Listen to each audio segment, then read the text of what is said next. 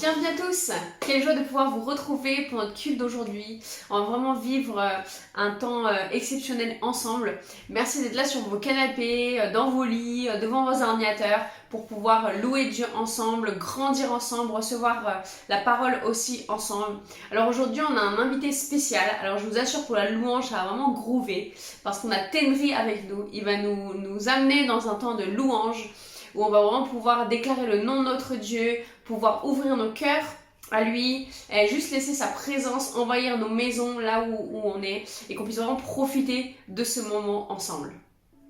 Hey, bonjour à toutes et à tous, j'espère que vous allez bien ce matin. En tout cas moi ça va très très bien, je m'appelle Tenri et c'est un plaisir pour moi de louer et adorer Dieu avec vous aujourd'hui. J'espère que vous êtes prêts à chanter ce matin. Vous êtes prêts à chanter? Alors allons-y ensemble. Lève-toi mon âme et souviens-toi, hey! Tout mon péché, il l'a enterré. Ce n'est plus moi qui vis, c'est Christ qui vit en moi.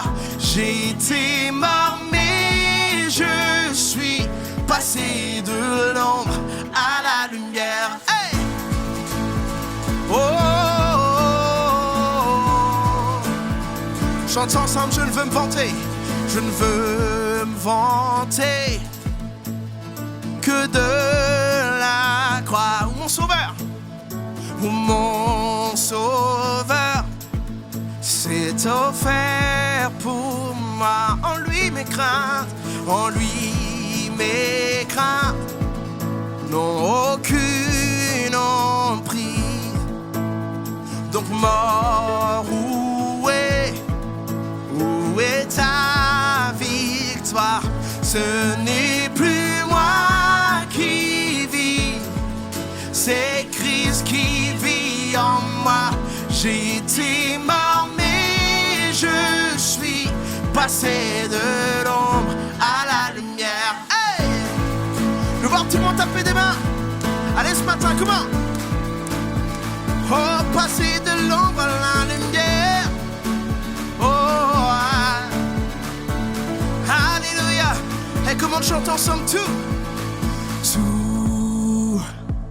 tout en moi veut t'adorer. Et chantons-le.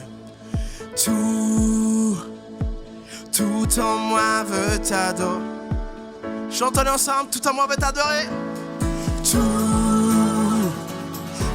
en moi veut t'adorer. Tout en moi veut t'adorer. Oh, encore une fois d'une seule voix. Tout en moi veut t'adorer.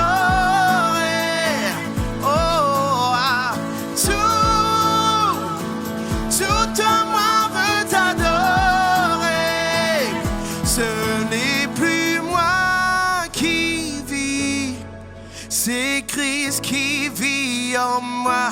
J'ai été mort mais je suis passé de l'ombre à la lumière. Et 1, 2, 3, on danse. Tout le monde tape des mains. Yeah.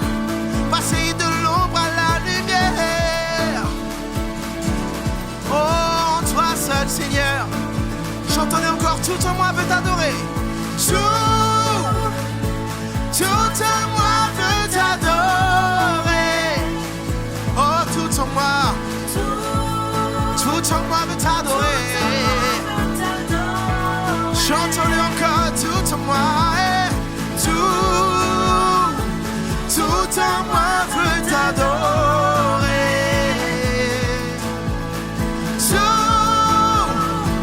Tout en moi veut t'adorer. Ce n'est plus moi qui vis, c'est Christ qui vit en moi. J'ai été mort mais je suis passé de l'ombre. Allez, chantons-le encore. Hey! Ce n'est plus moi qui vis, c'est Christ qui vit en moi. J'ai été mort mais suis passé de l'ombre à la lumière. Amen. Amen, amen. Seigneur, merci encore pour cette matinée. Merci pour ta bonté, merci pour ta grâce, Seigneur. Merci pour cette paix incommensurable que tu nous donnes, Jésus, aujourd'hui. Seigneur, merci parce que tu es présent en chacun d'entre nous. Merci parce qu'on est connectés ensemble aujourd'hui. On n'est pas ensemble physiquement, mais on est ensemble spirituellement, connectés au Roi des Rois. Vraiment, parle-nous encore aujourd'hui, révèle-nous plus de toi à travers chaque chant, à travers chaque mélodie. Merci Jésus, merci Jésus. Et c'est un plaisir pour moi d'être avec vous aujourd'hui. Et ce matin, je vais vous chanter un nouveau chant, c'est un chant de Youth FR. Youth FR, c'est tout simplement le ministère de jeunes de l'église Hillsong France. Et je vais vous chanter un chant qui s'appelle Esprit de Dieu. Yes. Ça tombe bien en plus parce que vous êtes en ce moment même dans cette série du Saint-Esprit. Et je pense que cette chanson va vraiment vous parler. C'est une chanson très simple. Et on va la prendre ensemble, on va le chanter ensemble. Je vais tout simplement vous lire un petit verset dans Jean 14, 16, quand Jésus dit « Je demanderai au Père de vous donner quelqu'un d'autre pour vous venir en aide, afin qu'il soit toujours avec vous. C'est l'Esprit de vérité. Le monde ne peut pas le recevoir parce qu'il ne peut ni le voir ni le connaître. Mais vous, Église Imagine, mais vous le connaissez parce qu'il demeure avec vous et qu'il sera toujours avec vous. Je ne vous laisserai pas seul comme des orphelins, dit Jésus.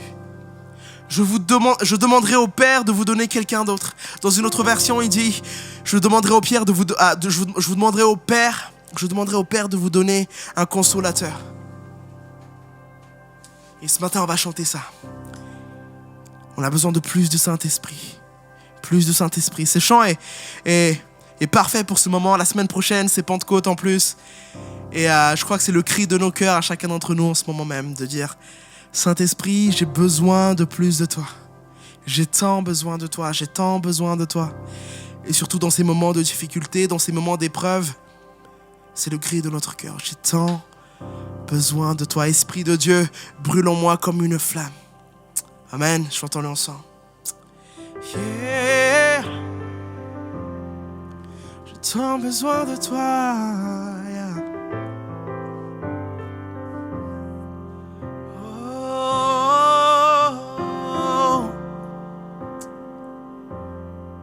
Yes, Lord. Yes, Lord. Comment on le chante ensemble?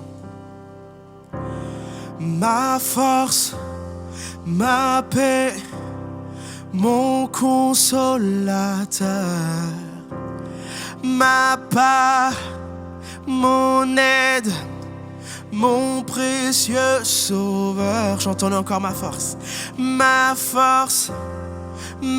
paix, mon consolateur, ma part, mon aide, mon précieux sauveur. J'ai tant besoin de toi. Oui, j'ai tant besoin de toi. Yeah. J'ai tant besoin de toi. Amen, amen. Chante ensemble ma source, comment? Ma source, ma joie et mon réconfort, mon Dieu, mon roi, mon plus beau trésor. Chantons ma source, ma joie et mon réconfort, mon Dieu, oui, mon roi, mon plus beau trésor. J'ai tant besoin de toi. Yeah. Oui, j'ai tant besoin de toi. Esprit de Dieu, inonde mon cœur et mon âme. Oh, Esprit de Dieu, brûle en moi comme une flamme. Esprit de Dieu, souffle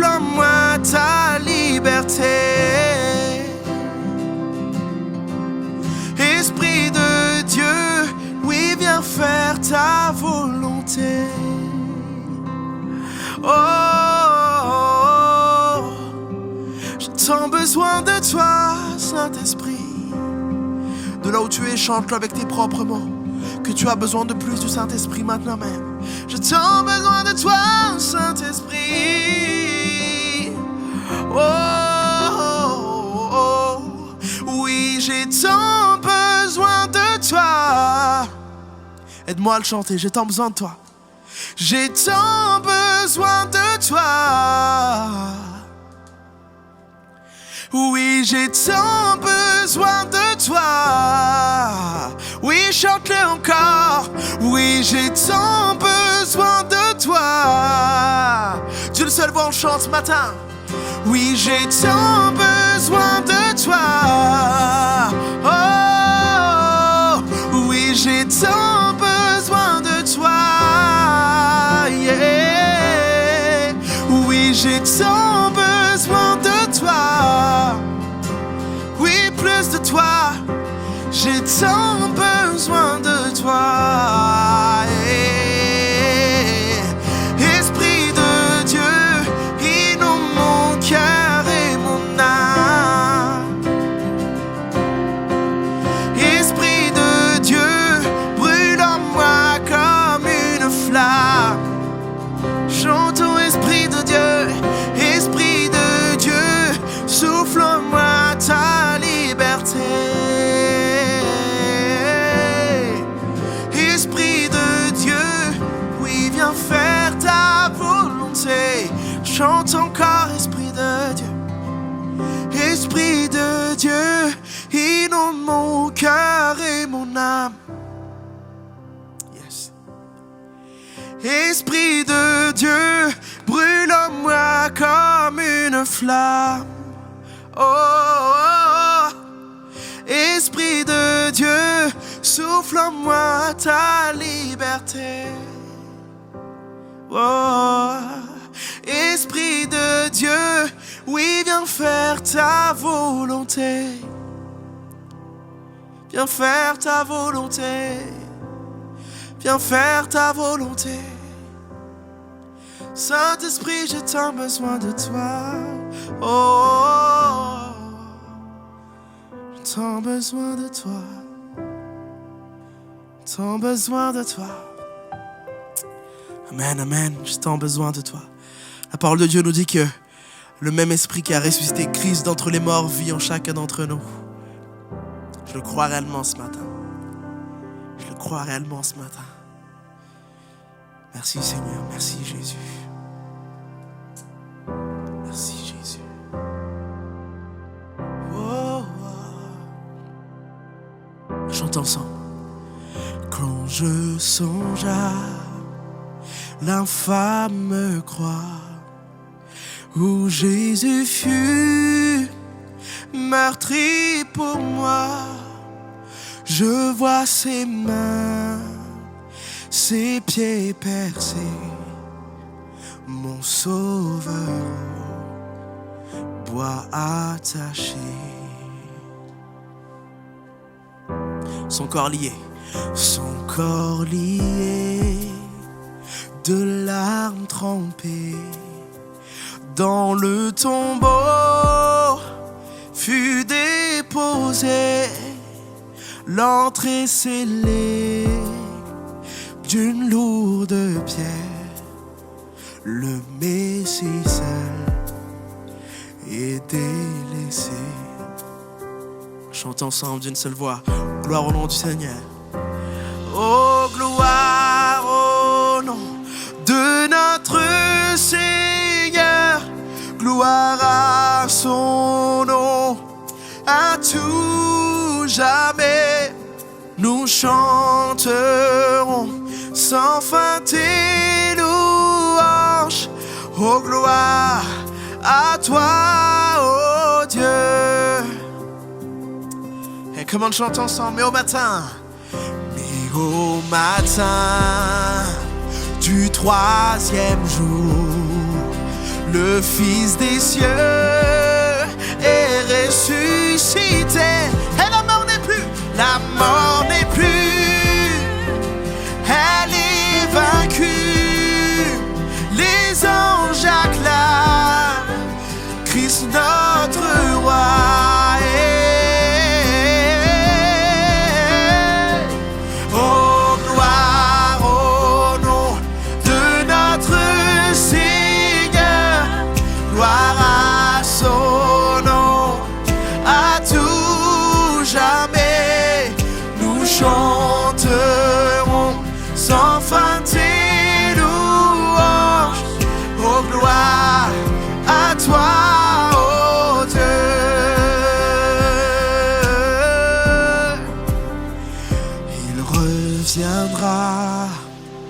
de blanc vêtu, percer la nuit, notre Jésus, et je serai parmi les saints, captivé par sa gloire sans fin.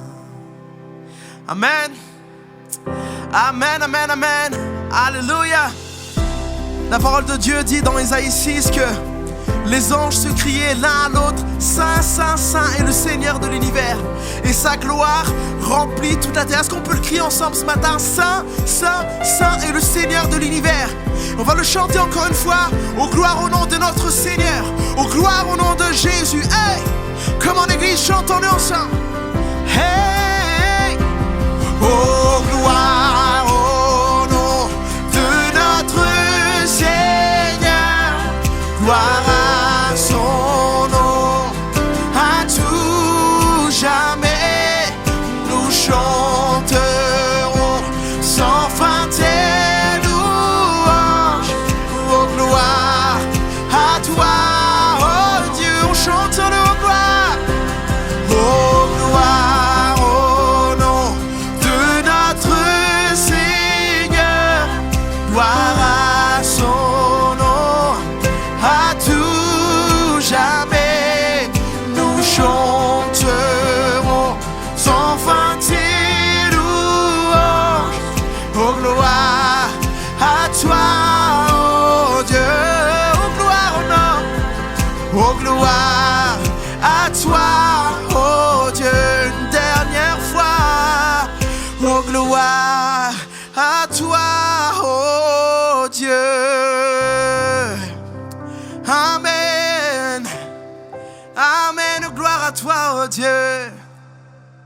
Soyez bénis, Église, et à très bientôt. Merci Tendry pour ce super temps. J'espère que vous aussi chez vous, vous avez été bénis, vous avez pu louer Dieu en famille, vous avez pu vraiment sentir sa présence dans votre maison. Et c'est vraiment super qu'on puisse louer comme ça depuis chez nous. Moi j'adore pouvoir chanter, avoir la louange aussi dans mon salon et pouvoir vraiment voir ma famille louer Dieu en fait. Je sais pas vous, mais moi, il y a quelque chose que je n'aime vraiment pas, c'est perdre. J'aimerais pouvoir m'engager dans n'importe quel jeu, dans n'importe quelle situation en sachant que je vais être victorieuse, en sachant que je vais gagner. Alors peut-être que pour vous c'est pareil. Je pense que personne n'aime s'engager dans quelque chose et se dire en fait je vais perdre mais j'adore, c'est trop cool, alors allons-y. Non, on a envie d'être victorieux, on a envie de gagner. Et pourtant dans nos vies quotidiennes, et pourtant chaque jour chez nous, dans notre travail, avec notre famille, avec nos amis ou dans peu importe nos relations, il y a des combats qu'on ne remporte pas. Il y a des moments où on n'est pas victorieux. Il y a des moments où on est en échec. Il y a des moments où on est en fait la personne qui perd. Et il y a vraiment un verset, il y a 2 semaines qui m'est venu, que j'ai lu dans la Bible, qui se trouve dans Psaume 60, verset 14. Et il dit « Avec Dieu, nous serons victorieux, car lui terrasse nos adversaires. » Et je me suis dit, c'est vraiment trop chouette d'avoir ce rappel de la part de Dieu, au travers de sa parole, que on peut avoir la victoire. Et moi, ça me plaît avoir la victoire. On peut être victorieux, on peut être vainqueur, on peut être celui qui arrive à gagner nos combats. Mais ce que je vois d'important dans ce passage, c'est la deuxième partie, c'est-à-dire que Dieu terrasse nos adversaires. Et vous savez, je pense que c'est la partie la plus importante parce que souvent, on ne sait pas qui est notre vrai adversaire. Que ce soit dans nos maisons, là où on a passé beaucoup de temps ces dernières semaines, que ce soit dans notre travail, que ce soit peu importe où, je pense que c'est bien, lorsque nous sommes dans un combat, de se rappeler qui est notre véritable adversaire. Et peut-être un simple exemple, nous on a passé beaucoup de temps à la maison et c'est vrai qu'il y a des moments avec Pascal où on devait gérer des choses avec les enfants, tout ça.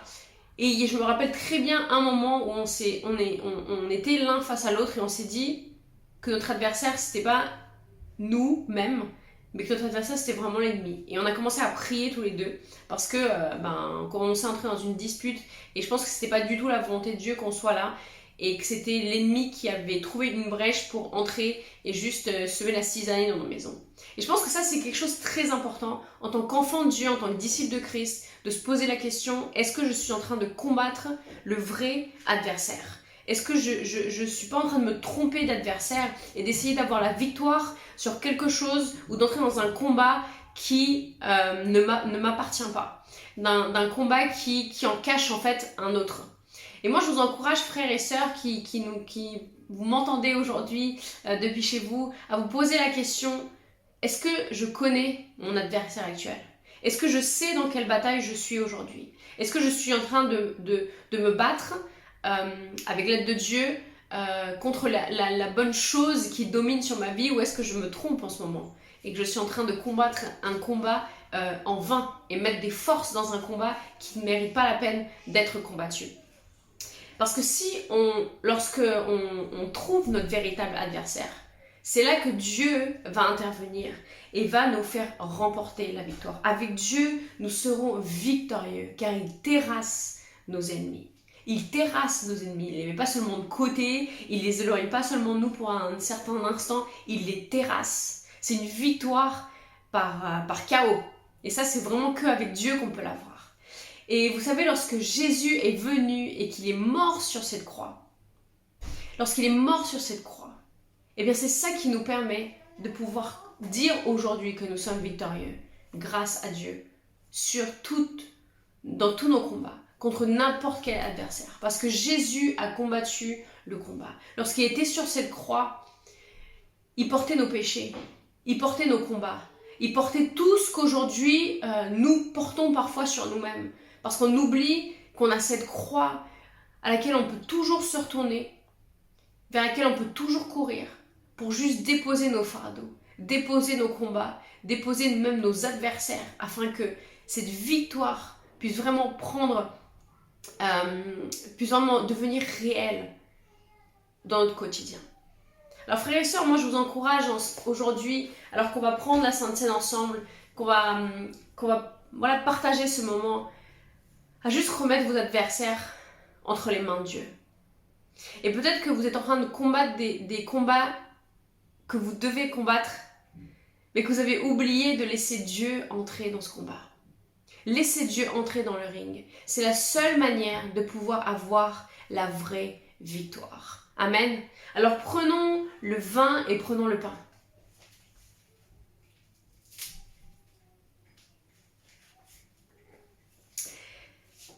Ce vin représente le sang de Christ qui a coulé pour nous. Ce pain représente son corps qui a été meurtri pour nous.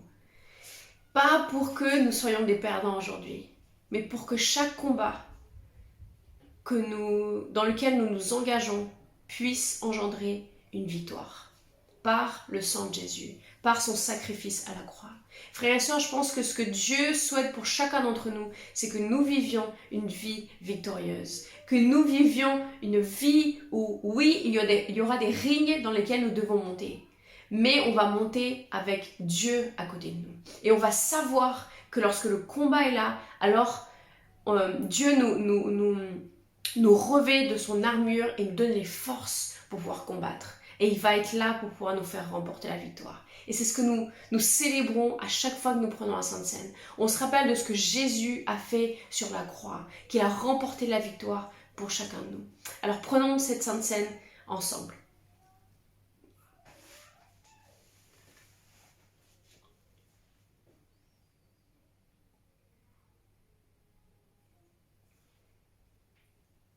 On va prier ensemble. Seigneur, merci. Merci Jésus pour ton sacrifice. Merci Jésus parce que avec toi nous sommes vainqueurs. Grâce à ce que tu as fait sur la croix, nous sommes vainqueurs. Grâce à tes meurtrissures et à ton sang qui a coulé, nous sommes vainqueurs. Et nous remettons au pied de la croix aujourd'hui tous nos adversaires. Nous remettons au pied de la croix aujourd'hui toutes les situations que nous devons affronter. Nous remettions au pied de la croix aujourd'hui, Seigneur, tous nos combats, afin que tu puisses nous aider à remporter cette victoire, qui n'est possible qu'avec toi. Nous déclarons aujourd'hui que nous sommes plus que vainqueurs, que la victoire est à nous, parce que tu es dans le combat avec nous. Merci Dieu, merci Père, parce que tu ne nous laisses jamais seuls dans le combat, parce que tu es toujours à nos côtés. Amen. Alors maintenant, on va prendre un temps dans la parole de Dieu aussi. Notre pasteur a un message incroyable de la part de Dieu pour chacun d'entre nous. Alors, accrochez-vous à vos sofas.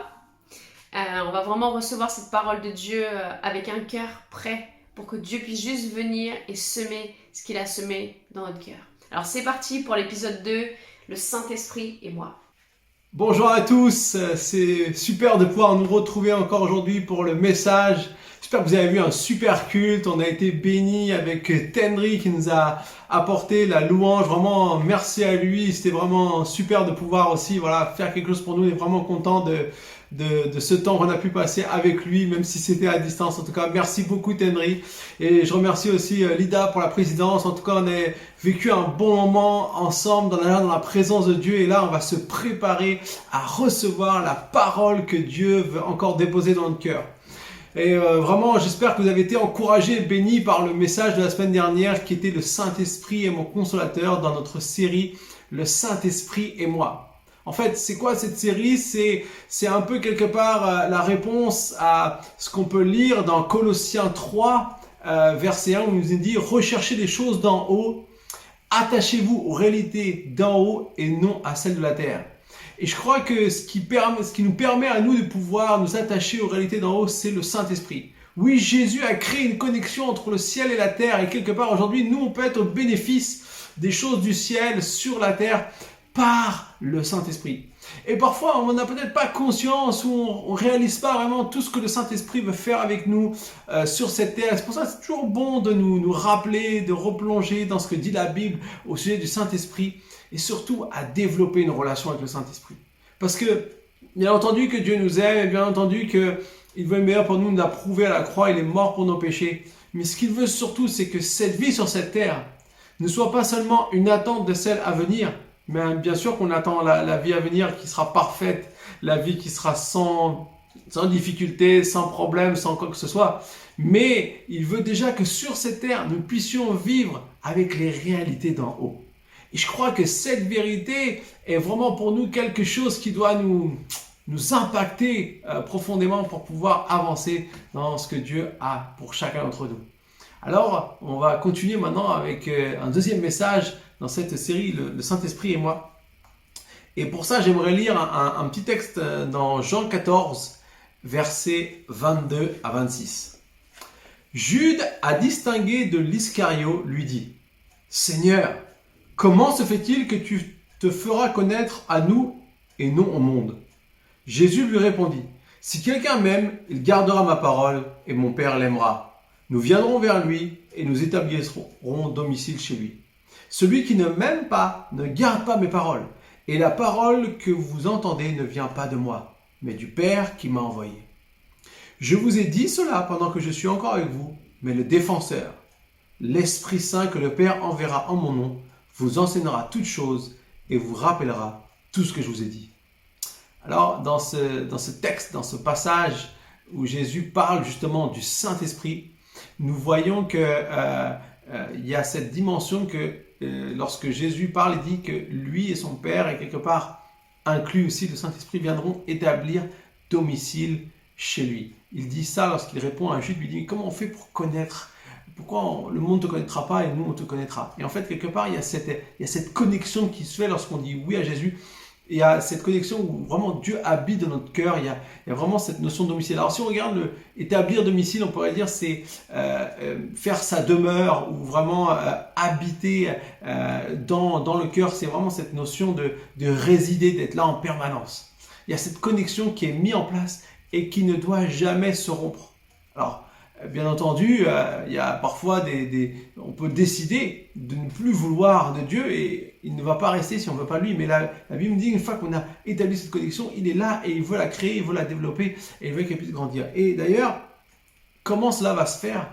C'est aussi au travers du Saint-Esprit. Ici, Jésus dit, je vous ai dit cela pendant que je suis encore avec vous, mais quand le défenseur viendra, l'Esprit Saint que le Père va envoyer, il vous enseignera toutes choses. et vous rappellera tout ce que je dis. Il vous rappellera tout ce que je vous ai dit. C'est ce que Jésus nous dit ici. Cette dimension du Saint-Esprit qui est de nous rappeler les choses que Jésus a dites, les réalités que Jésus a dites, et j'ai envie de dire même les réalités d'en haut. En fait, si on pourrait résumer ça, on pourrait dire que le Saint-Esprit est appelé à être notre conseiller. Celui qui est là en nous, qui habite en nous, qui fait sa demeure en nous, et qui nous conseille. Qui te conseille sur les choix à prendre dans ta vie, qui te conseille sur les choses qu'il veut vraiment accomplir au travers de toi, qui te conseille aussi au travers peut-être des choses que Dieu a pour toi et que tu ne vois pas. En fait, tout plein de dimensions ici qui nous est donné sur ce que Dieu veut faire dans notre vie. Alors aujourd'hui, vous l'avez sûrement bien compris, nous allons parler du Saint-Esprit qui est notre conseiller. Et dans cette recherche aussi, dans ce qu'on regarde un peu à tous les versets de la Bible, on se rend compte qu'il y a beaucoup plus que simplement en fait le conseiller de dire quelque chose. Il y a des dimensions peut-être un peu différentes de comment le conseil de Dieu va agir dans notre vie. Et j'aimerais avec vous aujourd'hui aller un peu à la découverte de ces différentes dimensions, de cette relation qu'on est appelé à développer. Rappelez-vous bien, Dieu n'est pas un donneur d'ordre, il est un Dieu de relation. Il est un Dieu de connexion. Il veut être avec toi. Il veut habiter chez toi. C'est pas juste un invité qu'on invite comme ça pour nous donner des conseils, puis après on le laisse repartir. Il veut être avec nous tout le temps. Il veut être un membre de la famille. Et c'est ça qui fait toute la différence. Et c'est pour ça que le Saint-Esprit, ce n'est pas juste une force qui est là sur nous, et parfois on pense que c'est juste une force qui vient et qui nous permet d'accomplir des choses. Non. C'est une relation qu'on doit avoir avec le Saint-Esprit. C'est apprendre à écouter le Saint-Esprit, savoir ce qu'il veut nous transmettre, découvrir les choses qu'il a pour nous, nous saisir des réalités d'en haut, ici même sur la terre. Alors, est-ce que vous êtes prêts à entrer pleinement? Alors, pour ça, aujourd'hui, j'aimerais pouvoir lire un passage de la Bible dans Ézéchiel 37. Ézéchiel 37, qui va être un peu notre texte de référence. Et on va retrouver aussi dedans les dimensions du fait que le Saint-Esprit est mon conseiller. Alors prenons notre Bible. Si vous n'avez pas vos Bibles, le texte va s'afficher. Si vous voulez prendre votre Bible, prenez votre Bible. On va être ensemble et on va lire un passage un peu plus long parce qu'on va lire 14 versets. Donc dans Ézéchiel 37, versets 1 à 14. Il nous est dit « La main de l'Éternel reposait sur moi. Et l'Éternel m'a transporté par son esprit pour me déposer au milieu de la vallée. Celle-ci était remplie d'ossements. Il m'a fait passer près d'eux tout autour. J'ai constaté qu'ils étaient très nombreux sur le sol de la vallée et qu'ils étaient complètement secs. Il m'a dit, « Fils de l'homme, ces os pourront-ils revivre ?» J'ai répondu, « Seigneur, Éternel, c'est toi qui le sais. » Puis il m'a dit, « Prophétise sur ces os, tu leur annonceras, ossements desséchés, écoutez la parole de l'Éternel. Voici ce que dit le Seigneur. L'Éternel a ses os. Je vais faire entrer un esprit en vous et vous vivrez. Je vous donnerai des nerfs, je ferai pousser sur vous de la chair, je vous recouvrirai de peau, je mettrai un esprit en vous et vous vivrez. Vous reconnaîtrez alors que je suis l'Éternel. J'ai prophétisé conformément à l'ordre que j'avais reçu. Alors que je prophétisais, il y a eu un bruit. Un mouvement s'est produit et les os se sont rapprochés les uns des autres. J'ai regardé et j'ai vu qu'il leur apparaissait des nerfs. La chair a commencé à pousser et les os les a recouverts en dernier. Mais il n'y avait pas, et la peau, les a recouverts en dernier. Mais il n'y avait pas d'esprit en eux. Il m'a dit, prophétise à l'intention de l'esprit, prophétise, fils de l'homme. Tu annonceras à l'esprit, voici ce que dit le Seigneur, l'Éternel. Esprit, viens des quatre vents, souffle sur ces morts et qu'ils revivent. J'ai prophétisé conformément à l'ordre qu'il m'avait donné. Alors l'Esprit est entré en eux et ils ont repris vie. Puis ils se sont tenus sur leurs pieds. C'était une armée nombreuse, très nombreuse. Il m'a dit, fils de l'homme, ces ossements, c'est toute la communauté d'Israël. Ils affirment, nos os sont desséchés, notre espérance est détruite, nous sommes anéantis. C'est pourquoi prophétise, tu leur annonceras, voici ce que dit le Seigneur l'Éternel, je vais ouvrir vos tombes et je vous ferai sortir. Vous qui êtes mon peuple, je vous ramènerai sur le territoire d'Israël, Vous reconnaîtrez que je suis l'Éternel lorsque j'ouvrirai vos tombes et vous en ferai sortir. Vous qui êtes mon peuple, je mettrai mon esprit en vous. Vous vivrez et vous donnerez du repos sur votre territoire. Vous reconnaîtrez alors que moi, l'Éternel, j'ai parlé et agi, déclare l'Éternel. En fait, ici, ce qu'on voit clairement dans ce passage, c'est, on va dire quelque part, cette dimension que l'Esprit Saint est amené aussi à voir dans notre vie, et on va avoir plusieurs dimensions au travers des différents éléments de ce texte. Mais j'aimerais revenir tout au début, déjà sur le fait que il a dit l'Éternel, le Seigneur l'Éternel reposait sur moi et il m'a transporté par son esprit au milieu de la vallée. En fait, ce qu'on voit ici, c'est que lorsque le Saint-Esprit habite en nous, il est sur nous. Comme Jésus disait, l'Esprit du Seigneur est sur moi. Quelque part, il y a cet esprit qui est là, il y a cet esprit qui est venu sur nous, qui prend sa place et qui nous influence et qui nous conduit.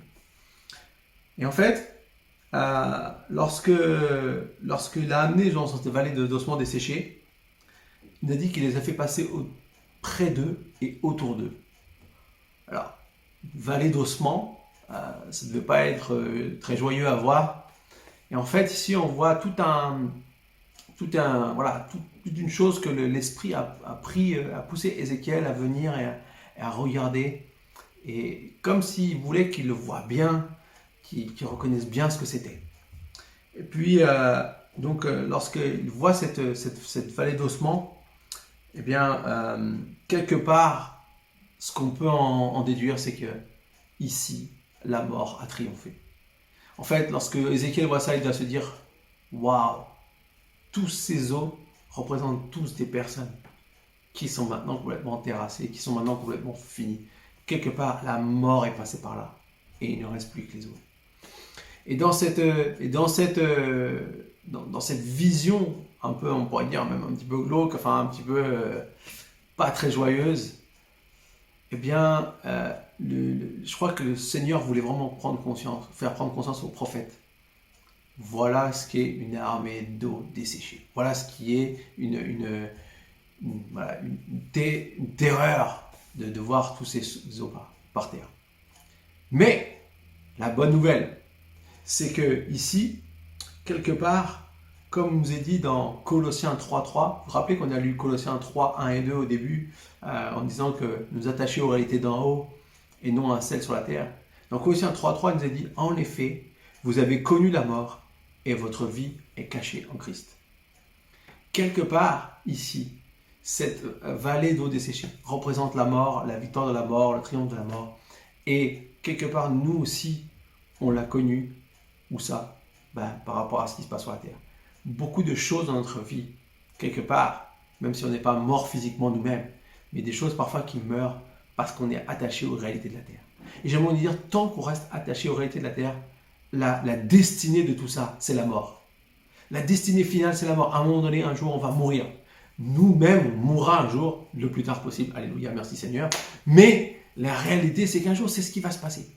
Mais il nous est dit ici, vous avez connu la mort, pas que les gens, tous sont morts, mais quelque part, on est mort en Christ. On est mort en Christ et maintenant notre vie est cachée avec lui. Et quelque part ici, cette vallée d'ossements représente toutes ces réalités de la terre. Mais Dieu a une réalité différente. Dieu a quelque chose de différent pour le peuple. Et c'est ce que nous allons voir aujourd'hui au travers de notre passage. Alors, j'aimerais qu'on puisse ensemble voir maintenant ces 4 dimensions, justement, de notre relation avec le Saint-Esprit qui vont nous permettre de ne pas être focalisés sur la réalité de la terre, mais de voir les réalités d'en haut. Premièrement, la première dimension, c'est enseigner. Dans Jean 14, 26, qu'on a lu tout à l'heure, il nous est dit que le Saint-Esprit nous enseignera et le défenseur de l'Esprit Saint que mon Père enverra vous enseignera toutes choses et vous rappellera ce que je vous ai dit. Et donc la première chose que le défenseur veut faire, c'est nous enseigner. C'est t'enseigner à toi. Alors qu'est-ce qu'il veut nous enseigner? En fait, si on prend le passage qu'on a lu aujourd'hui, à un moment donné, l'Éternel va dire au prophète Ézéchiel, ces eaux peuvent-ils revivre? Si on se met à la place du prophète, difficile de répondre. Hein? En fait, s'il dit oui, bah, on peut très bien imaginer que Dieu dit bah oui, comment? C'est un peu dur d'imaginer le scénario qu'on vient de lire où tout repousse, où tout se refait tout seul. C'est pas tellement comme ça que ça se passe d'habitude. Et puis, la deuxième option, c'est s'il dit non, eh ben, elle va dire mais pourquoi?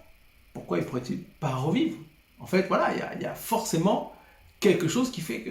Et donc, ici, on voit que c'est la même chose dans plein de fois dans notre vie. Il y a des choses qui sont là. Et il y a des choses qu'on ne sait pas. On ne sait pas le pourquoi, on ne sait pas le comment. Il y a plein de choses qui font que parfois on ne sait pas. Et ici, le prophète va bien répondre puisqu'il va dire « Tu le sais, Seigneur ». Ah, bonne réponse du prophète. Lui, il a dit « Moi, forcément, je ne le sais pas. Mais il y en a un qui le sait, c'est Dieu. » Et quelque part ici, il dit à Dieu « Vas-y, montre-moi, explique-moi, enseigne-moi ce que tu veux me faire voir ici et pourquoi tu m'as amené ici. » Et en fait, je crois que c'est l'attitude que nous devons avoir nous aussi. En fait, le Saint-Esprit est là pour nous enseigner. Il faut comprendre une chose. La première chose qu'il faut comprendre, on ne sait pas tout. On ne comprend pas tout.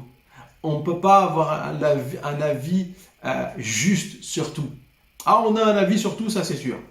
Mais est-il juste? Est-il réel? Est-il basé de la réalité d'en haut ou de la réalité de la terre? Et en fait, là est toute la question. Ce qui est important de réaliser ici, c'est que, comme le prophète, on a besoin que le Saint-Esprit nous enseigne. On a besoin, dans chaque situation de notre vie, de peut-être voir une autre réalité qu'on n'avait pas vue. Si on s'attend aux réalités d'en haut, en fait, c'est qu'on laisse le Saint-Esprit nous enseigner sur ce qu'il peut faire et pas sur ce que nous on voit ou que nous on croit. Quand on aurait été à la place du prophète, on aurait vu une vallée d'ossements desséchés, on aurait bien eu du mal à s'imaginer tout ce que nous avons lu. Et je crois que le prophète était dans le même cas que nous. Mais cette réalité de Dieu est bien souvent au-delà de ce que nous on peut penser. Imaginons, on l'a vu la semaine dernière. Dieu fait des choses bien plus grandes que ce qu'on peut pas imaginer. Il est capable de faire des choses plus importantes que ce que nous on peut penser ou imaginer. Et c'est pour ça que nous devons réaliser qu'on a besoin que le Saint-Esprit nous enseigne. En fait, lorsque Jésus dit qu'il vous enseignera toutes choses, en fait, il veut nous amener à voir la réalité d'en haut. Et j'aimerais te dire, il y a plein de domaines dans ta vie où tu dois arrêter de regarder à la réalité terrestre, mais tu dois commencer à chercher la réalité d'en haut. Et le Saint-Esprit est là, il est prêt à te montrer ce que Dieu veut faire pour toi. Si je prends l'exemple, on peut penser maintenant, par exemple, on prend l'exemple du confinement. Le confinement, ça a été un temps où d'un seul coup, c'est venu, on n'a pas vraiment compris, on a entendu qu'il y avait un virus, et puis une semaine après, on s'est retrouvé à tous être chez nous, à pas avoir le droit de sortir. Et là, on pourrait se dire, mais finalement, le confinement, quelque part, il a tout arrêté. Il a arrêté l'école, il a arrêté beaucoup d'emplois. Certains ont continué à travailler. Merci aux infirmiers, merci aux ramasseurs poubelles, merci à tous ceux qui ont travaillé dans le supermarché et encore plein d'autres qui ont aussi continué à travailler, ceux qui s'occupaient des routes, ceux qui s'occupaient... Voilà, plein de choses qui avaient besoin encore d'être toujours en fonction. Mais il y en a beaucoup qui ont vu leur activité s'arrêter et puis on ne pouvait plus se réunir avec l'église.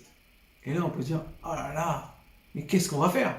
Et je sais que pour certains d'entre nous, c'est dur de ne plus être en contact avec les frères et sœurs. Et c'est vrai. Et on pourrait se dire, voilà que même l'église a été arrêtée, même l'église a été stoppée. J'ai envie de dire, ça c'est une vision terrestre. Oui, c'est vrai, dans les faits, on ne se réunit pas. Je suis en train de vous parler derrière une petite caméra, et c'est pas ça qu'on avait l'habitude de faire. Mais ce qu'on peut voir, si on prend la réalité d'en haut, c'est que oui, il y a eu toutes ces choses, mais en même temps, il y a eu une opportunité pour nous de pouvoir utiliser les moyens technologiques pour se rencontrer déjà. On se voit tous les lundis, tous les vendredis à la réunion de prière à 21h, que vous êtes bien tous, vous pouvez rejoindre quand vous voulez. Et puis, on s'est vu en semaine aussi dans les Connect Group, les mercredis soirs, ou jeudi soir, ou mardi soir, comme on a envie. Et puis, on se retrouve aussi tous les dimanches matins grâce à cette chaîne YouTube qu'on a pu vraiment commencer à développer aussi et à pouvoir poster tous ces cultes en ligne et travailler ensemble. Et petit à petit, on s'est même un petit peu amélioré. Et qu'est-ce qui se passe comme ça? Si on a une vision céleste, on voit que beaucoup de ce qui n'aurait peut-être pas été possible d'atteindre des vies au travers des gens qui seraient venus à l'église, aujourd'hui, on peut aller dans beaucoup de maisons qu'on n'aurait peut-être pas eu accès s'il n'y a pas eu le confinement. Frères et sœurs, j'aimerais vous dire, oui, c'est vrai, moi le premier, je préfère qu'on se voit en vrai. Et j'ai tellement hâte quand on va se retrouver. Mais la réalité, c'est que dans ce temps, peut-être où on a l'impression que peut-être des choses ont été stoppées, Dieu avait peut-être encore un plan pour nous. Et il avait un plan en tout cas pour des vies. Et il voulait que les choses puissent avancer. Vous voyez, ça, c'est regarder la réalité d'en haut.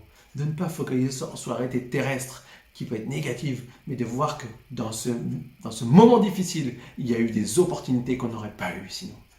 Et j'aimerais vous dire, partagez la page de l'église à plein de vos amis, continuez à envoyer des liens à des personnes pour qu'ils regardent des cultes, pour qu'ils regardent des choses qu'on a pu mettre, parce que Dieu peut agir au travers de ça. Et Dieu va agir. Notre culte de Pâques a été regardé à plus de 300 fois et je dis merci Seigneur parce qu'on a eu beaucoup de gens, de retours aussi, des gens qui ont regardé, qui ont pu voir, qui ont pu être touchés par le message de l'Évangile. Et ça, c'est génial. Et j'aimerais vraiment qu'on puisse réaliser qu'à chaque fois que nous, on pense qu'il y a quelque chose qui est bloqué, Dieu, il a quelque chose en prévision pour nous. Amen. Donc, regardons aux réalités du ciel. Alors, je vais vous mettre une petite photo à l'écran, vous allez voir. En fait, c'est une petite blague justement de ce qui s'est passé pendant le confinement. On voyait le diable et Dieu qui parlent ensemble, et le diable qui se vante d'avoir pu fermer toutes les églises d'un seul coup. Et Dieu dit non, non, non, je viens juste d'en ouvrir une dans chaque maison. Et ça, c'est merveilleux. Quand le diable croit qu'il a réussi à vaincre ou à faire quelque chose de négatif, Dieu peut faire quelque chose encore de plus grand et de meilleur. Amen. Ça, c'est la réalité. Donc. La deuxième dimension que j'aimerais voir au travers de notre relation Saint-Esprit comme notre conseiller, c'est ce qu'on peut lire dans Jean 15, 26, 27. Il nous dit quand sera venu le défenseur, que je vous enverrai de la part du Père, l'Esprit de la vérité qui vient du Père. Il rendra témoignage de moi et vous aussi, vous me rendrez témoignage parce que vous êtes avec moi depuis le début. Ici, clairement, il parle de rendre témoignage. C'est quoi rendre témoignage? En fait, si on prend le terme ici, vous savez, c'est le terme marturéo, peut-être en grec, que vous ne connaissez pas, mais qui veut dire littéralement, enfin qui a donné le terme martyr, et d'ailleurs qui a causé la mort de beaucoup de chrétiens. On les appelait les martyrs parce qu'en fait c'était des témoins. C'est des témoins de Jésus-Christ, donc c'était quelque part des martyrs. Et c'est pour ça qu'aujourd'hui, un martyr, c'est quelqu'un qui donne sa vie parce que c'est ce que les premiers chrétiens ont fait. Mais ici, si on prend la définition, c'est affirmer ce que l'on a vu, entendu, expérimenté, ce que l'on connaît, parce qu'il nous est dit par révélation ou inspiration divine. En fait, cette définition, elle est profonde, elle est vraiment puissante, parce qu'elle nous parle de témoignage, c'est nous amener à une réalité que la personne qui témoigne a connue, expérimentée ou reçue par révélation divine. En fait, ce qu'on voit ici, c'est que le fait que le Saint-Esprit appelle nous rendre témoignage, c'est qu'il veut amener en nous les choses expérimenter les choses, les réalités d'en haut, pour qu'elles deviennent concrètes. En fait, le Saint-Esprit, lui, il était là à la création. Il était là quand Jésus est mort sur la croix. On va le voir tout à l'heure. Il était là, il a été témoin de ces choses. Mais pas un témoin de bouche à oreille. Un témoin oculaire, un témoin présent, un témoin à l'action. Et donc, il peut nous communiquer ces réalités parce qu'elles sont pleinement en lui. Et c'est ce qu'il veut faire. Il ne veut pas seulement nous conseiller et nous dire « ce serait bien que tu fasses comme ça ». Alors bien sûr qu'il va faire ça de manière très gentille. Mais plus que ça, son conseil, c'est de nous rendre carrément expérimenter ce qu'il veut faire. Expérimenter la puissance que Dieu veut mettre dans notre vie. Expérimenter les choses qu'il a pour nous. Et on voit ça très bien dans ce passage où lorsque Dieu va dire à Ézéchiel, prophétise sur ces eaux. Alors Ézéchiel va prophétiser, et puis quand il va commencer à prophétiser, qu'est-ce qui va se passer? Il entend un mouvement, un bruit, un mouvement, et puis les eaux commencent à se rejoindre. Waouh, extraordinaire! Et puis quand les eaux commencent à se rejoindre, d'un seul coup, la chair qui commence à pousser. Alors ça, j'aimerais bien le voir, j'aurais bien aimé le voir. Et jusqu'à ce que les nerfs se reforment et que la peau revienne, et que on retrouve plus des os, mais on retrouve des hommes. Peut-être même quelques femmes. On ne sait pas s'il y avait des femmes dans l'armée. En tout cas, aujourd'hui, il y en a. Des hommes et des femmes. Et qu'est-ce qui se passe? C'est que dans cette armée, par contre, il n'y avait toujours pas de vie. Et là, le Saint-Esprit qui est là, on va voir qu'il va avoir cette faculté lorsqu'il va dire « Esprit des 4 vents, souffle sur ces morts pour qu'ils puissent revivre. » Là, d'un seul coup, la vie est communiquée et ils redeviennent vivants. Ces eaux desséchées deviennent une armée puissante, nombreuse et surtout vivante. En fait, le Saint-Esprit n'est pas seulement là pour nous enseigner. Il est aussi là pour nous faire expérimenter la puissance de Dieu, pour amener la vie aux choses qui sont mortes dans notre vie, pour amener la vision et connaître, c'est la première étape, mais ensuite c'est l'expérimentation de l'impact de la puissance de Dieu. Et vous savez, j'aime beaucoup parce que dans la Bible, on trouve vraiment tous les exemples de ce qui est décrit. Par exemple, ici, ce que nous voyons, eh bien, les disciples l'ont vécu. Vous savez, quand Jésus va envoyer les 70, il a envoyé 70 disciples. Alors, il en avait 12 très proches, puis apparemment, il y en avait un groupe qui était bien motivé. Il en a envoyé 70, deux par deux. Et les a envoyés. Qu'est-ce qu'il a envoyé faire? Faire ce que Jésus faisait. Jésus, il était là, il enseignait les foules, il guérissait les malades, et voilà, il chassait les démons, il faisait toutes ces choses-là. Et à un moment donné, Jésus dit, ok, maintenant c'est à vous un peu d'expérimenter ça. Et il va envoyer tout le monde, va faire partir et dira, prenez rien avec vous quand vous accueillez. Si on ne vous accueille pas, vous partez, mais vous êtes là pour ceux qui vous reçoivent et vous faites quelque part ce que j'ai fait. Entre guillemets, c'est exactement ça. Les ordres qu'il leur donne, c'est ça. Et la Bible nous dit que quand ils vont revenir, mais ils vont tous être très joyeux, ils vont dire, Seigneur, même les démons nous sont soumis. Ils ont chassé les démons, ils ont guéri les malades, ils ont purifié les lépreux, ils ont fait toutes sortes de choses. C'était pas seulement Jésus qui les faisait, maintenant c'est eux aussi qui pouvaient les faire. Et vous voyez, c'est ça que Dieu veut faire. Il veut témoigner en nous la capacité de pouvoir accomplir des choses que nous ne serions pas capables de faire par nous-mêmes, par la puissance du Saint-Esprit qui agit en nous. Et ça, comprenons, chers frères et sœurs, c'est que c'est hyper important de réaliser que le conseiller, qui est le Saint-Esprit, dans notre relation avec lui, il veut que nous puissions être quelque part au bénéfice du témoignage de la puissance de Dieu qui veut manifester en nous. Pour que nous aussi, comme ses disciples, on puisse à notre tour aussi être des témoins. Romains 8, 11 nous dit ça. Écoutez bien. Si l'esprit de celui qui a ressuscité Jésus habite en vous, c'est ce que Jésus nous disait au début, il va faire domicile chez nous. Celui qui a ressuscité Christ rendra aussi la vie à votre corps mortel par son esprit qui habite en vous. Quelque part ici, il y a cette promesse de la puissance de Dieu qui va s'accomplir. Oui, le jour où Jésus va revenir, on va ressusciter avec lui. Mais dès aujourd'hui, vous commencez à ramener la vie à tout ce qui est mort en nous. Toutes les choses qui sont là dans notre vie, qui nous empêchent d'avancer. Le Saint-Esprit veut être un témoignage vivant. C'est un conseiller, pas seulement qui susurre des belles petites paroles, mais qui nous amène le témoignage de la puissance, parce que lui, il la connaît, parce que lui, il était là. Quand Jésus est ressuscité des morts, c'est par le Saint-Esprit que ça s'est fait. Et cette même puissance qui a ressuscité Jésus-Christ entre les morts veut amener la vie en toi. Je ne sais pas aujourd'hui qu'est-ce qui t'empêche d'avoir la vie. Je ne sais pas aujourd'hui qu'est-ce qui est là et qui te tient au fond de ton trou. Mais j'aimerais te dire aujourd'hui que le Saint-Esprit veut t'amener la vie. Il est le conseiller puissant. Un conseiller qui amène et qui témoigne de la puissance de Jésus-Christ dans ta vie. Et c'est ce qui s'est passé. Les eaux ont repris vie dans ce qu'on a lu. Et c'est ça que j'ai trouvé incroyable de voir cette force de l'Esprit lorsqu'il a soufflé des 4 vents, il est venu et ramener la vie à toutes ces personnes qui étaient avec de la chair, avec de la peau, avec des nerfs, mais qui étaient mortes.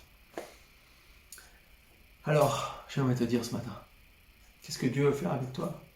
Est-ce que tu as envie de découvrir cette réalité d'en haut? de vivre avec cette puissance du Saint-Esprit? Vous voyez, souvent on le dit, souvent on l'entend à l'église, souvent on le sait même, peut-être parfois on l'explique aux autres, mais est-ce qu'on le vit? Quels sont aujourd'hui les domaines de ta vie où tu sens, où tu sais, toi personnellement, que tu as besoin d'être au bénéfice de cette puissance de Dieu? Pas comme une connaissance, comme quelque chose qui vraiment agit, qui impacte ta vie. Est-ce que je vais te dire une chose? De la même manière qu'il nous était dit dans Jean 15, qu'il nous rendra témoignage de moi, et vous aussi vous rendrez témoignage de moi. De la même manière que le Saint-Esprit rend témoignage de Jésus à nous, le Saint-Esprit veut aussi que nous puissions nous rendre témoignage aux autres de qui Dieu est, par la force du Saint-Esprit. Et c'est pour ça qu'on a besoin d'expérimenter ça, parce qu'on est appelé à le transmettre. Quand tu communiques quelque chose que tu as expérimenté, c'est beaucoup plus puissant que si tu communiques quelque chose que tu as seulement entendu ou seulement que tu connais, mais que tu n'as pas expérimenté. Si je vous dis, il faut absolument aller faire un grand 8 qui est génial. Alors il y en a plein, il y a peut-être par contre, par contre ça existe, par exemple, il y a des animations qui sont vraiment bien. Allez le faire. Mais si je vous dis ça et que vous ne l'avez jamais fait, vous allez me dire, si je l'ai jamais fait, je vous le dis, vous allez me dire, oui, mais toi tu l'as jamais fait. Comment tu peux savoir que c'est bien? Si je l'ai fait, je peux vous donner des détails. Je peux vous dire, wow, à un moment donné, on descend, on a l'impression qu'on va s'écraser dans le sol, mais en fait non, on remonte parce qu'il y a un effet d'optique qui est là. C'est génial. Waouh, ça change tout. Ça change tout sur ce que je peux vous transmettre parce que je l'ai expérimenté. Je peux vous communiquer quelque chose. Je peux vous communiquer, limite, vous pouvez vous retrouver dedans. J'aimerais dire, c'est pareil avec Dieu. Quelle force on a si on communique des choses que nous-mêmes, on n'a pas vécues. Alors, soyons des témoins en recevant le témoignage de qui Jésus est, de sa puissance dans nos vies par le Saint-Esprit. Amen. On va voir maintenant le troisième point qui est convaincre. Alors, on le voit dans Jean 16, versets 7 et 8, il nous dit « Cependant, je vous dis la vérité, il vaut mieux pour vous que je m'en aille. En effet, si je ne m'en vais pas, le défenseur ne viendra pas vers vous. Mais si je m'en vais, je vous l'enverrai et quand il sera venu, il convaincra le monde en ce qui concerne le péché, la justice et le jugement. » En fait, ce qu'on voit ici dans ce passage, c'est que le Saint-Esprit veut nous convaincre. Convaincre, c'est ce qu'il veut faire. Et parfois, c'est quelque chose qui est difficile. En fait, lorsque on voit dans le passage qu'on a lu tout à l'heure, au verset 13, il nous est dit que, même peut-être déjà au verset 11, il nous est dit que toute la communauté d'Israël avait plus d'espérance et que leur espérance était réduite à quasiment néant, ils étaient anéantis et qu'ils se sentaient comme des eaux desséchées. En fait, dans ce passage-là, on voit clairement que cette armée qui était pourtant une armée forte est complètement démobilisée parce que quelque part, ils sont convaincus ou ils sont, entre guillemets, ils ont une réalité qui est là avec eux, ils ont été déportés à Babylone, ils n'ont plus de force, ils ne pourront plus réussir à se sortir de cette déportation, puisque leur ennemi est trop fort pour eux, et qu'eux, ils sont décimés, et qu'ils n'ont plus d'armée. Donc, quelque part, ils savent qu'ils ne pourront pas avoir la victoire. Donc, ils sont comme des eaux desséchées, comme une espérance qui est foutue, parce qu'il n'y a pas le moindre début du petit commencement d'espoir. Je ne sais pas si vous êtes déjà senti dans cet état-là, où l'espoir est réduit à néant, où on est anéanti. Et en fait, ce qui est intéressant ici dans ce passage, c'est que lorsqu'on regarde ce que veut dire quelque part l'anéantissement, enfin le fait qu'ils sont anéantis, le terme ici c'est qu'ils sont comme coupés. Vous savez, c'est comme cette branche qui est coupée de l'arbre et qui meurt dans son coin et elle n'a plus jamais aucune chance de se retrouver sur l'arbre et de pouvoir revivre. En fait, c'est ce sentiment-là qu'a l'armée d'Israël à ce moment-là. Et c'est pour ça que Dieu va envoyer le prophète Ézéchiel dans cette vallée. Parce qu'il veut faire quoi? Il veut convaincre. Qu'est-ce qu'il veut dire au peuple? Il veut leur rappeler que même si la réalité d'aujourd'hui paraît totalement impossible, même si la réalité d'aujourd'hui paraît totalement foutue, qu'il n'y a pas d'espoir, qu'il n'y a pas le moindre commencement du début d'un petit brin d'espoir, eh bien, c'est pas grave, parce que Dieu va faire une œuvre. Et il dit, vous reconnaîtrez que je suis l'Éternel. Le Saint-Esprit, ce qu'il veut faire en nous, c'est qu'il veut nous convaincre. Oui, il veut nous enseigner, oui, il veut nous témoigner de la puissance de Dieu, mais surtout parfois il a besoin de nous convaincre. La Bible dit, dans le passage qu'on a lu, si on continue à lire, il dit qu'il veut nous convaincre de 3 choses, de péché, de justice et de jugement. Péché, pourquoi péché? Parce que si on croit et qu'on se repent et qu'on accepte la vie que Dieu a pour nous, on découvre ce que c'est la vie avec Christ et on découvre la possibilité de pouvoir avoir la victoire sur toutes sortes de choses qui nous tenaient enfermés, qui, comme dit très bien l'apôtre Paul, qui était comme la loi du péché et de la mort, et que maintenant la loi de l'esprit qui donne la vie est venue transformer. Donc ça, c'est la première chose. La deuxième chose, c'est la justice. Et la justice, pourquoi? Parce que Jésus est maintenant auprès du Père et qu'il a accompli quelque part cette justice. Il est venu, il a payé pour nous à la croix. Donc maintenant, c'est accompli, c'est fait. Il n'y a plus besoin de chercher à vouloir être juste. Il l'a accompli et nous pouvons en bénéficier. Et vous nous convaincre de ça. Et vous nous convaincre du jugement. C'est quoi le convaincre du jugement? C'est que le diable, il est jugé. Et sa force, sa puissance, même s'il essaie encore de nuire, elle est déjà jugée. Il est déjà foutu. Il a déjà été mis hors de toute capacité de pouvoir avoir un pouvoir sur ce monde. Si Jésus patiente encore, c'est parce qu'il a grâce. Mais le sort du diable est déjà joué. Il ne peut plus rien faire. On sait qu'il ira en enfer, qu'il sera en enfer pour toujours. Et lui-même, il le sait. Et c'est comme si dans ses derniers désirs de semer le trouble, il continue à faire le mal. Et je peux vous garantir que la vie de Christ est là et qu'elle est puissante. Alors, je ne sais pas vous, mais comme il nous est dit dans Ézéchiel, et j'aimerais juste vous lire ça, il nous est dit que tu annonceras, il a dit, nos os sont desséchés, notre espérance est détruite, nous sommes anéantis. C'est pourquoi prophétise. Tu annonceras, voici ce que dit le Seigneur, je vais ouvrir vos tombes, je vous en ferai sortir, vous qui êtes mon peuple, et je vous ramènerai sur le territoire d'Israël. Vous reconnaîtrez que je suis l'Éternel. Est-ce que tu es prêt à découvrir qui Dieu est pour toi? Est-ce que tu es prêt à te laisser convaincre ce matin? Je ne sais pas ce qui se passe en ce moment, peut-être dans ta vie. Mais peut-être que Saint-Esprit, non seulement il veut être un conseiller, mais il veut te convaincre de ce que Dieu est capable de faire. Et parfois, on a besoin d'être convaincu que Dieu n'accepte pas cette situation dans laquelle on est, mais qui va nous aider si on le laisse agir, puisqu'il a déjà convaincu que le péché ne peut pas nous détruire. Parce que si on croit et qu'on reçoit Jésus, on est sauvé. Que tout a été payé pour nous à la croix. Et que le diable est jugé. Il n'y a rien qui peut nous empêcher d'avoir cette vie. Il n'y a rien qui peut t'empêcher d'avoir la vie que tu rêves d'avoir. Au fond de toi-même. Parce que Jésus a tout payé à la croix. Alors j'aimerais vraiment vous encourager ce matin à vous laisser convaincre. À comprendre cette dimension de Saint-Esprit, de laisser convaincre. Et je crois que parfois on a vraiment besoin de faire cet effort, de laisser Dieu nous convaincre. Convaincre que lui, il peut, quand on croit que c'est impossible, qu'on n'a plus d'espoir. Peut-être que quelqu'un regarde en ce moment, il se dit, moi, en ce moment, si tu connaîtrais ma situation, je suis foutu, j'ai plus d'espoir. J'aimerais te dire, il y a de l'espoir. Laisse-toi convaincre par le Saint-Esprit. Amen. Alors, qu'on a vu tout ça, maintenant j'aimerais arriver à la dernière dimension qui est hyper importante, c'est la dimension de prophétiser. Oui, dans Jean 16, versets 13 à 14, il nous est dit, quand le défenseur sera venu, l'Esprit de la vérité, il vous conduira dans toute la vérité, car il ne parlera pas de lui-même, mais il dira tout ce qu'il aura entendu et vous annoncera les choses à venir. Il révélera ma gloire parce qu'il prendra de ce qui est en moi et vous l'annoncera.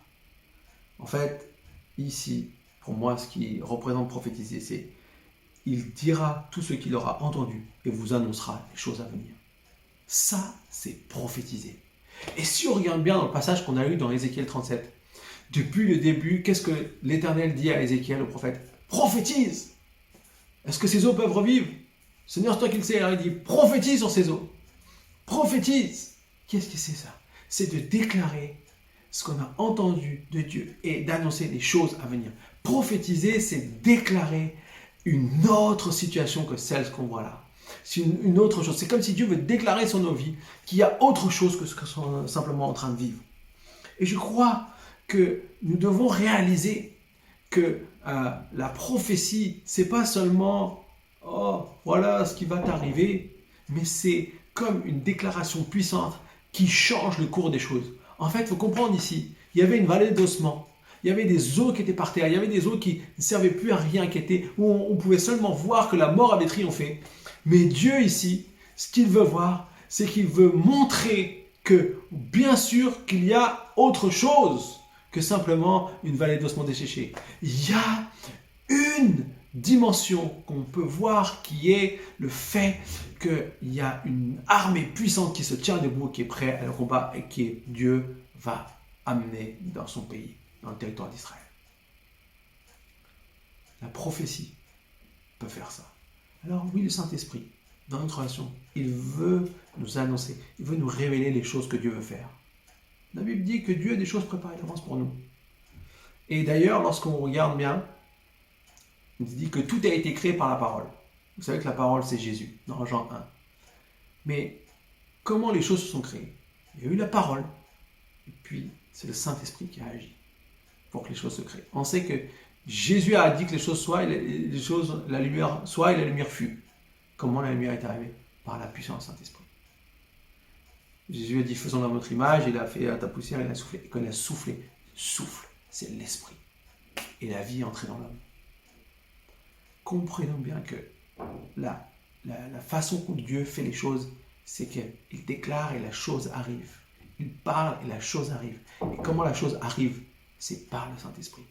Et donc nous, le Saint-Esprit, il veut prophétiser. Il veut déclarer des choses sur nos vies parce qu'il veut les accomplir.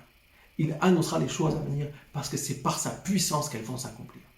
Et Jésus veut que nous puissions être au fait de ce qu'il veut faire dans notre vie, mais pas simplement comme un vieux pieux qui ne fera jamais de réalisation, comme quelque chose qui est capable de s'accomplir. Alors, ce que nous voyons dans les versets 13 et 14, justement de Ézéchiel 37, c'est ce qu'il dira à la fin aussi. Il dira, voici ce que tu annonceras, de faire sortir de vos tombes, je vous en ferai sortir, vous qui êtes mon peuple, et je vous ramènerai sur le territoire d'Israël. Vous reconnaîtrez que je suis l'Éternel, j'ouvrirai vos tombes, vous en ferez sortir, vous qui êtes mon peuple. Je mettrai mon esprit en vous, vous vivrez et je vous donnerai du repos sur votre territoire. Vous reconnaîtrez alors que moi, l'Éternel, j'ai parlé et agi. La prophétie, c'est parler et agir. C'est les choses que Dieu veut faire et qu'elles puissent prendre leur réalisation. J'aimerais vous dire, vous savez, ce passage est très intéressant parce qu'il n'annonce pas seulement ce qui s'est passé à l'époque où les Israélites sont revenus de la déportation dans leur territoire. Ce fut le cas, notamment avec Néhémie, qui a reconstruit les murailles de Jérusalem, du temple, voilà, il y a eu toutes sortes de choses.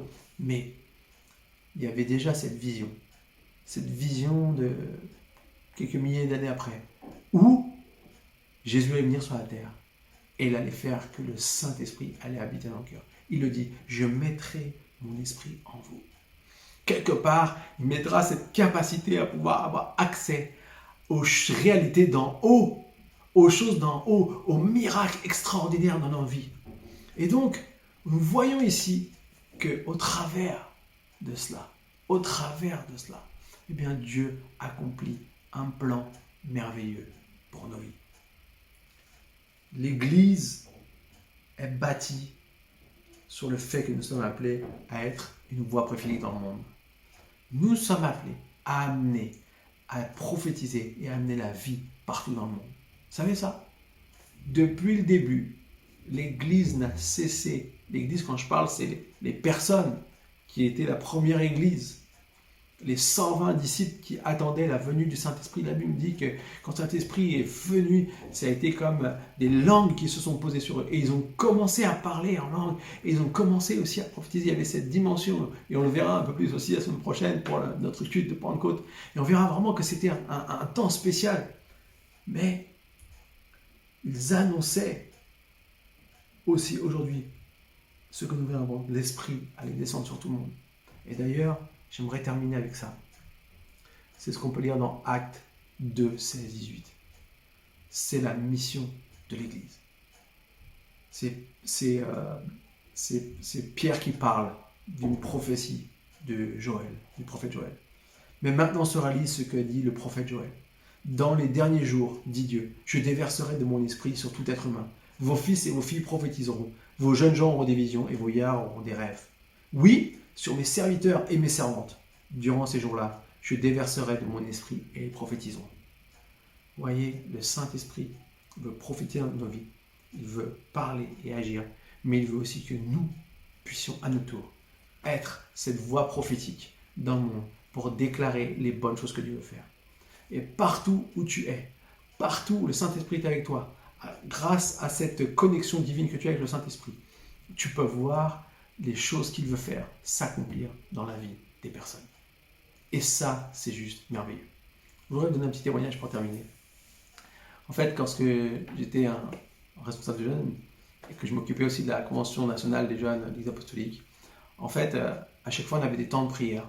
Et je sais que je demandais toujours à Dieu de vraiment m'aider dans ces temps de prière à pouvoir être, à pouvoir vraiment amener une prière qui touche.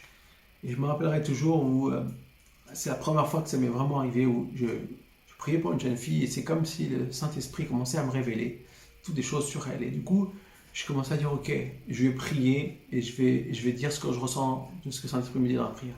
Et quand je priais, du coup, j'ai vu des larmes couler. J'ai vu comme quelque chose qui était là, qui était en train de toucher pleinement le cœur de cette jeune fille. Après, en discutant avec elle, c'était exactement la situation.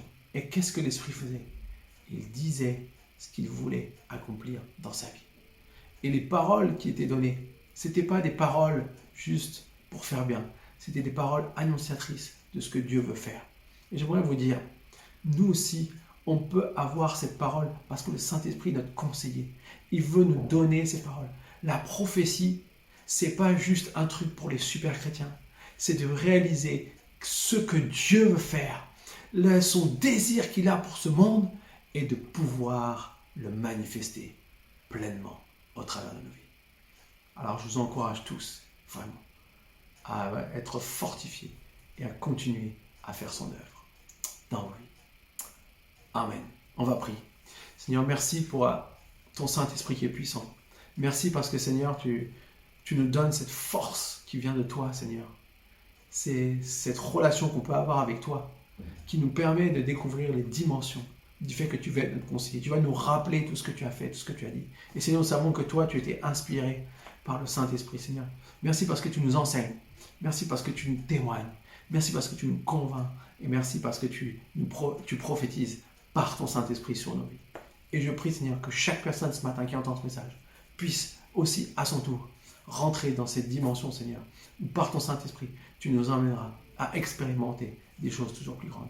Merci, Seigneur, parce que tu fais, Seigneur, de notre Église une armée puissante.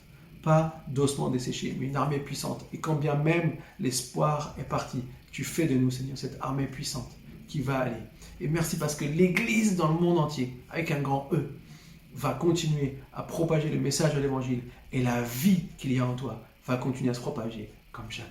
Seigneur, merci pour ta grâce et tes bienfaits pour chacun d'entre nous. Amen. Voilà, j'espère que vous avez été bénis. Je vous souhaite à tous et à tous un très très bon dimanche et que Dieu vous bénisse abondamment. À bientôt. Au revoir. Merci à notre pasteur pour ce message incroyable, le Saint-Esprit et moi. Et c'est vraiment juste incroyable de découvrir encore plus sur le Saint-Esprit, sur comment il œuvre en nous et au travers de nous. Et j'ai une petite annonce à faire juste pour la semaine prochaine qui va être donc le troisième et dernier épisode de cette série. Nous allons avoir un culte spécial donc pour la Pentecôte. Et oui, dimanche prochain c'est la Pentecôte. Nous allons avoir un culte sur Zoom. un culte où on va pouvoir interagir ensemble, on va pouvoir louer Dieu en direct ensemble, on va pouvoir avoir la parole de notre pasteur en direct aussi.